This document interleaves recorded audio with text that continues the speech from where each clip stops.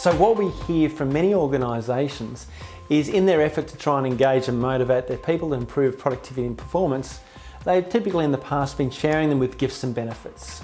Now what that sometimes does is creates this whinge entitlement culture. So the question really is, how do you reverse the whinge entitlement culture? How do you get people to actually take responsibility for their own performance and engagement? And the key is what we call self-leadership, and it dovetails in with our whole employee-activated engagement approach, which is the self-responsibility approach to engagement and motivation anyway.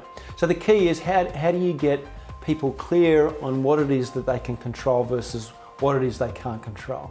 And in the past we've found, employers, creating this parent-child scenario where, the parent's giving them things and it's creating the spoiled brat syndrome, spoiled child syndrome.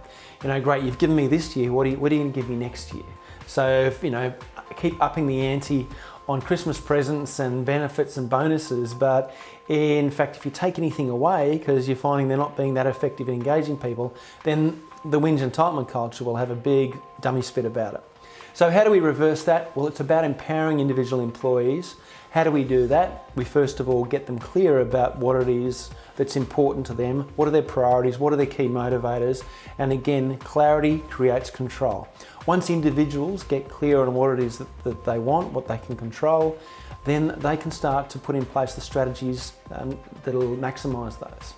And so the key is, what we've found is that there's about 70 to 80% of engagement and motivation can be improved by the individual themselves once they get clear about what it is. So clarity is the way to help reverse the whinge entitlement culture. But people are a lot more responsible in taking action than perhaps they give themselves permission for.